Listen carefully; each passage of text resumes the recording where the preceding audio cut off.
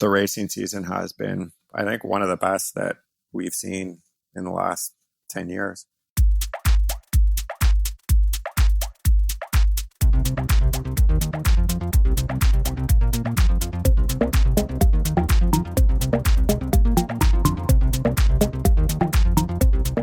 Welcome to the Canadian Cycling Magazine podcast. I'm Matthew Pioro, editor of the magazine and your host. You just heard Michael Berry with his take on the compressed 2020 road season. The season is now in the midst of the closing stages of the Giro d'Italia and the final race, the Vuelta a España. You might recall that Berry and I spoke last June. The UCI had its new compressed road calendar out, and the former pro and I discussed what the racing might be like with the events moved to the late summer and early fall. Now we're nearing the end of racing. When I got back in touch with Berry, I wanted to look back at his predictions. I know there's something unfair about looking back at predictions. In the best of times, guesses about the future are usually wrong. During this pandemic, it's extremely hard to find any certainty. But I still thought the review would be useful. Think about it. You don't know the significance of moves in a race until the race is over. So we wouldn't fully understand the season until the end. We're close to the end now, so let's see what we've learned. I'll tell you one thing. Michael Berry got a pretty significant prediction totally wrong. And, well, we're both glad he did. Michael Berry, how well do you remember some of your predictions? Or do you remember thinking, oh, well, I got that wrong?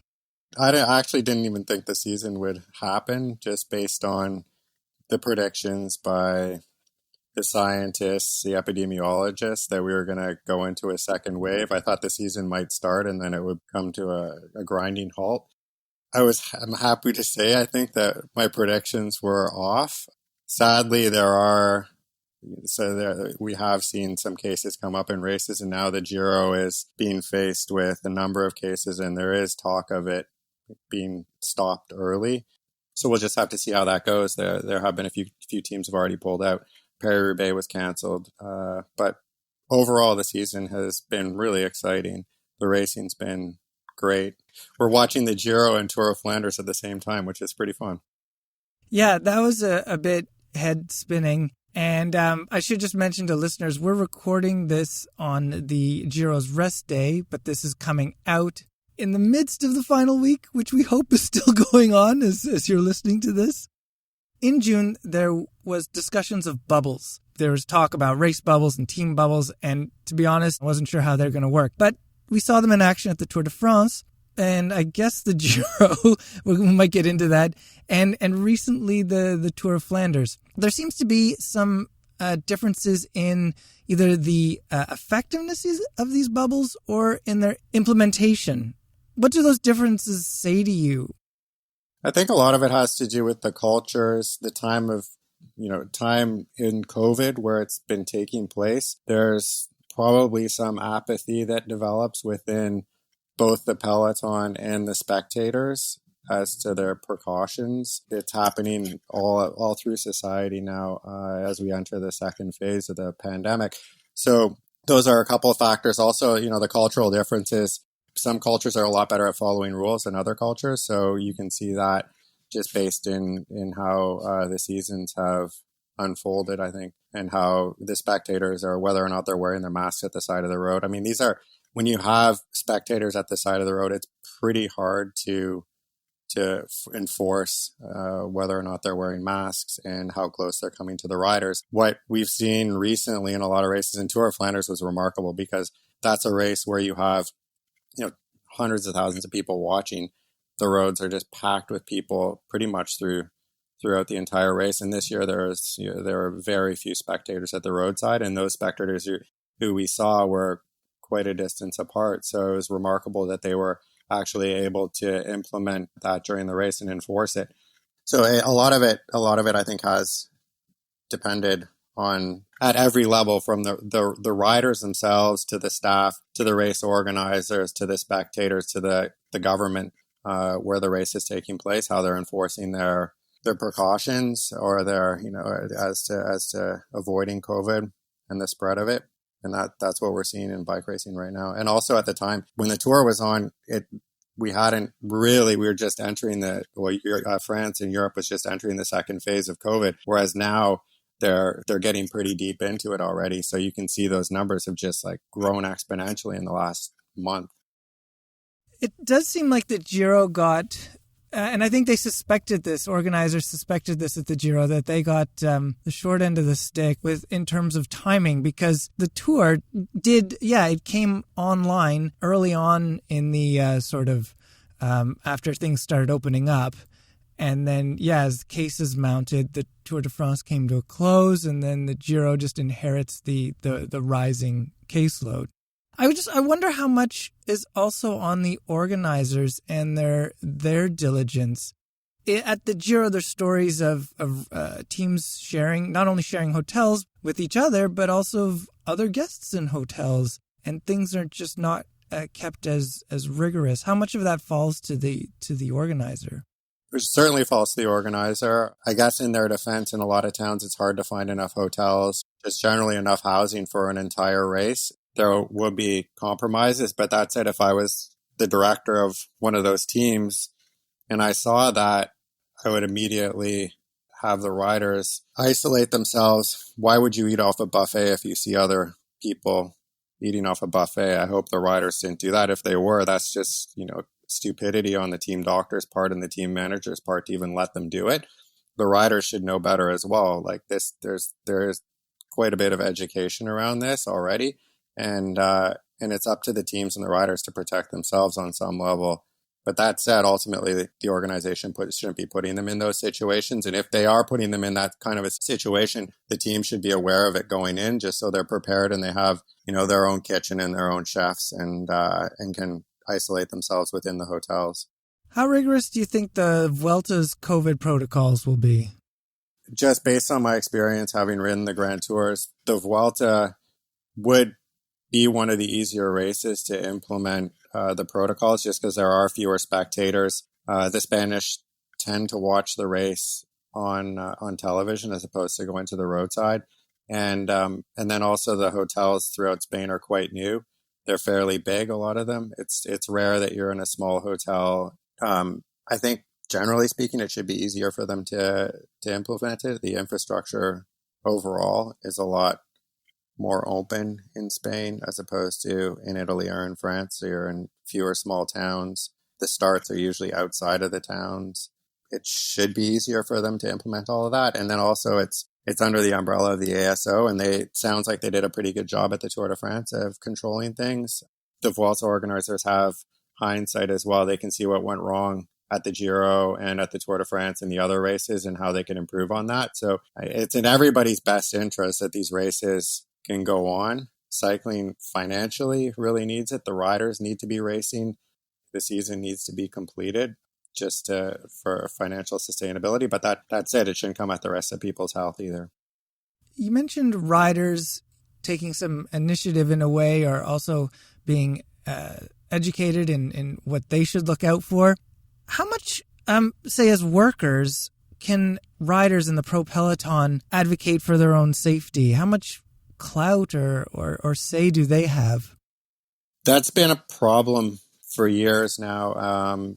I think it became progressively worse through my career, where the rider's voice became weaker and weaker. They didn't have a leader in the peloton who was willing to speak up for everybody. Whereas I think in the 80s and 90s, there were riders like, Bernard Hinault was famous for stepping up and speaking on behalf of all the riders and voicing their opinions about how, just general working conditions. That's eroded over time, and there's very little solidarity amongst the riders. And during my career, a few times we protested in races and we refused to start just because the courses were dangerous. They wanted us to race in snow over mountain passes and that sort of thing. And it was just the not ideal racing conditions. And generally, compromises were made and things worked out. But in my last few years that I was racing, so from 2011, 2012, and around that period, there were fewer protests, more crashes. The races were becoming increasingly dangerous. And I think a lot of why there is less solidarity amongst the riders, or why riders are less concerned or less willing to speak up, is just now there isn't a lot of job security in pro cycling. Of course, the top paid riders have security, but many jobs are just interchangeable, and team management can always find a rider who can do the same job for less money, generally speaking, or that's the rider's fear. So contracts are generally pretty short in the sport, which is a problem. And then also the teams are at the mercy of their sponsors, and the sponsors want to have their names broadcast around the world in the biggest races. So ultimately, no one wants the riders not to be racing, right? So it's a precarious situation, and I think the riders definitely do need to have better representation, and need to speak up for their health and safety.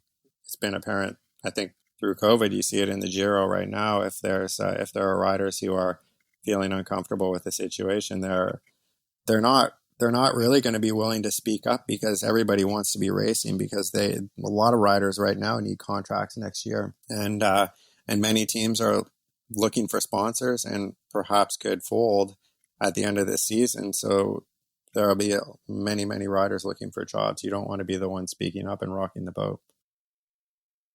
I'm going to play you a clip from June. I asked you if the compressed season might throw a dominant team like Ineos Grenadiers off its game, and here's what you said.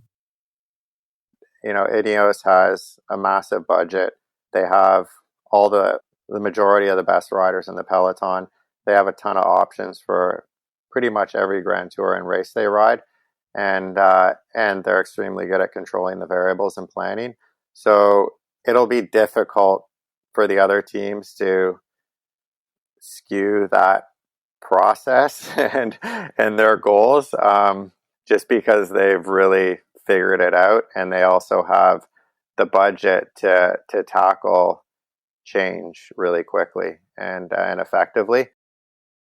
Michael, has Ineos been able to control the variables of this season very well by its standards? I think by their standards, I would say that the season hasn't been as successful as they would have hoped. I mean, if they don't win the Tour de France, then it's usually they would consider it somewhat of a failure.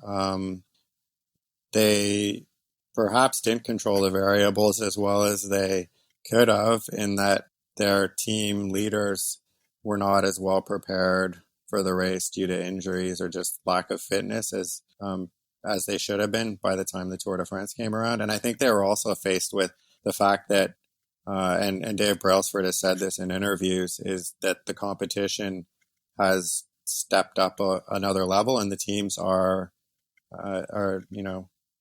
getting themselves ready and training for the races as well as they had been in the past. So the advantages that they would have had in the past have been diminished as the other teams have, risen to another level as well. That said, we're in the last week of the Giro now, and they've done remarkably well, and they did salvage their Tour de France. They've won how many stages in the Giro now? 4 or 5? I think it's 5, yeah. Potentially they could have a rider on the podium at the end as well. So, and who knows how the Vuelta will go.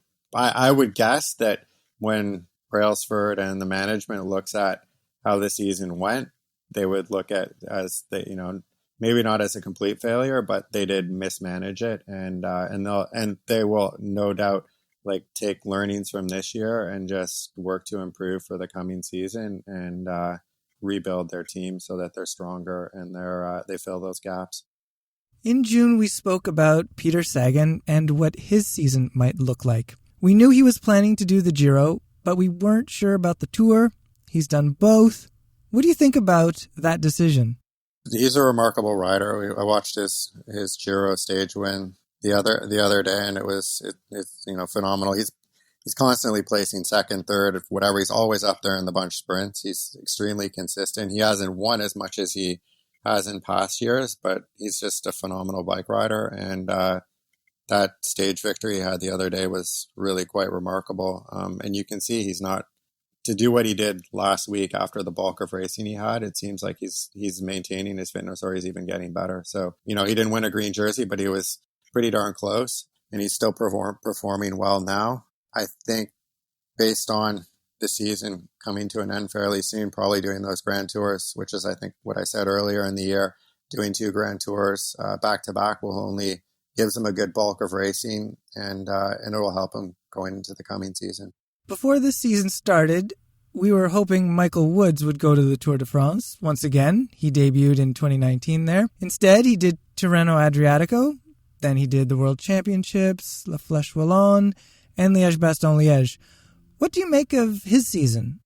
Mike Woods' season has been phenomenal already, especially considering the injury he's coming back from. Returning from a fracture like that is tough, and it seems that he hasn't really lost too much. Maybe, in Tirreno he wasn't as consistent. I don't know, he probably might have been able to win the race in, a previous year, I'm not sure. But then in the Ardennes Classics, he was riding phenomenally well. He's an extremely good bike rider, and he seems to be getting better throughout the season. So, which is normal after an injury like that with the racing, he'll just keep getting better. The only thing that I would say, having broken numerous bones in the past, is that you do have good days and bad days, and those injuries can plague you sometimes after. So that could be a factor. But overall, it seems like his fitness is really great. James Piccoli of Montreal is set to race his first Grand Tour with the Vuelta. What could that mean for the rider? The Vuelta is a great race. It's the best of the 3 Grand Tours to start out at. It's probably the most manageable. It's the easiest. Easiest in the sense that it's not as intense, in that there's not the same media pressure around the race. The roads are generally wide open, so there's not as much of a fight within the peloton. Overall, it's a good place for a young rider to start.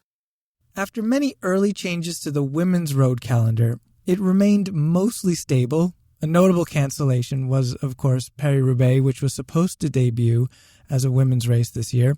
What's your sense of how the women's tour went?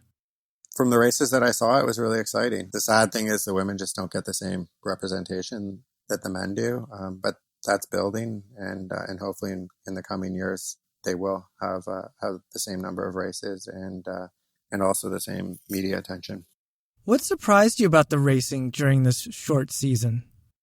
Looking back on the last few months of racing this year, one thing that was, I think, surprising, but also made the racing really dynamic and exciting was the number of young riders who are now at the front of the peloton.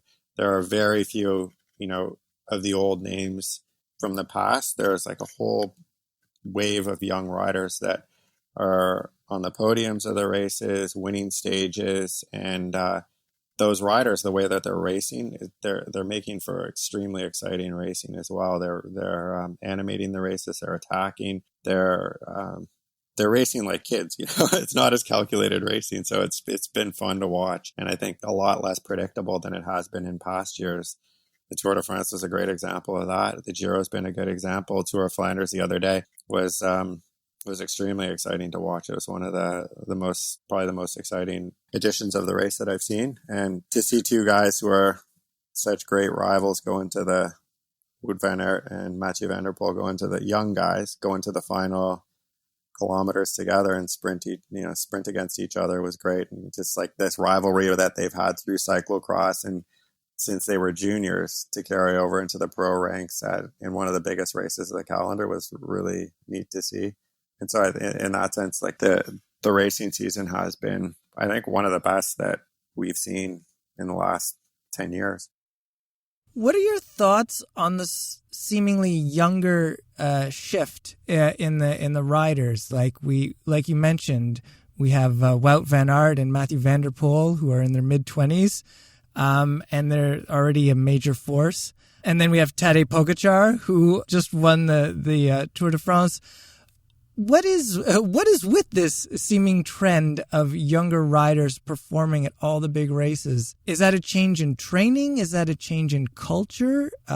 Is it a change in who's calling the shots? I think there are probably many variables involved in why the young riders have, and we're talking young riders, a lot of these guys are under 25 years old, which is rare in cycling to have, riders who are so young performing at the biggest races so consistently throughout the season. And it's one thing that's interesting is many of them have come from other sports or, other disciplines within cycling. You have guys who have raced mountain bikes, cyclocross. Evenepoel was junior world champion and came into the sport like really quite late and then immediately was performing at the highest level. So I think probably a lot of it is just, first, there's a structure within the teams where like teams in the past have been apprehensive to let young riders even race the biggest races right off the bat unless they're extremely good. That's changed a little bit. So, there's a change in culture probably where team management is seen through power numbers or through data or just through a knowledge shift that, young riders can perform in 7 hour races just as good as 32-year-old riders can. And then I think generally speaking, there is like a shift in generation every 10 years or so where a whole bunch of guys will retire and younger guys will come in and fill that gap. So that probably happened as well. Like I stopped racing in 2012 and there were very few guys in the peloton left who I raced with. Things change quite quickly. But I think it's been really great to see a lot of young guys and also they race with panache, as the French say. So they're not scared to attack and go from a long way out, just animate the races. Looking back on this season, where we're at right now, what do you think worked really well this season that you hope to see next season, whether that's a really short season or a longer season in 2021? I actually think the season, I mean, from a spectator's perspective, a compressed season worked really well because you had nonstop racing. I would imagine it was probably quite hard on the teams and the management and even the riders. But from spectators' perspective, it was pretty exciting. But that was probably also because we were waiting. We had whatever it was, 4 or 5 months without any racing at all. So I'm sure we were all eager to watch a lot of bike racing. One of cycling's problems, people argue, or some people have argued, is that it lacks, a coherent storyline. You have the classics, you have the tour, and it's like, well, what does one have to do with the other? And, for someone who's not spent a lot of time with cycling, it doesn't always make a lot of sense. Yeah. So I agree with what you're saying. And one thing where that was really noticeable this year was we went from Strade Bianche, Milan Sanremo, and the Dauphiné to the, all these stage races, followed by the Tour de France, followed by the World Championships. And then you have a couple more classics in the Giro. When you look at that from a spectator's perspective, you see the same names performing in all the races. So it's a lot better way of developing the stars of the sport. Whereas in past years, it's been quite segregated where you have the classics riders and then you have the tour riders and then the World Championships is kind of at the end of the season. You don't see the guys who have performed in the tour necessarily even racing the World Championships. So this year it was great. Like, shortly after the Tour de France finish, you have the Tour de France champion animating the finale of the World Championships, which is really how it should be. And then all the guys who have performed extremely well in the Tour de France are on the podium or in the top 10 of the World Championships. When really that's how a season should be structured, and that's how it was. I think they changed in 1996. So 95 was probably the last time the Worlds were. After the Tour de France in the summer, and then they shifted things. Structuring the season a little more like that would make sense, but there are also far fewer races this year than there have been in past years. So obviously you can't compress it as much as we have this year, but just taking a few of the lessons from from the way the season has flowed this year, I think it would be beneficial to pro cycling and just marketing it better and putting the real champions in the races throughout the season. Well, Michael, I thank you for your analysis, and I don't know, we'll have to talk again when we find out what's happening in 2021. Yes. Yeah, I look forward to it. All right. Thank you very much. All right, thank you. Okay. Bye-bye.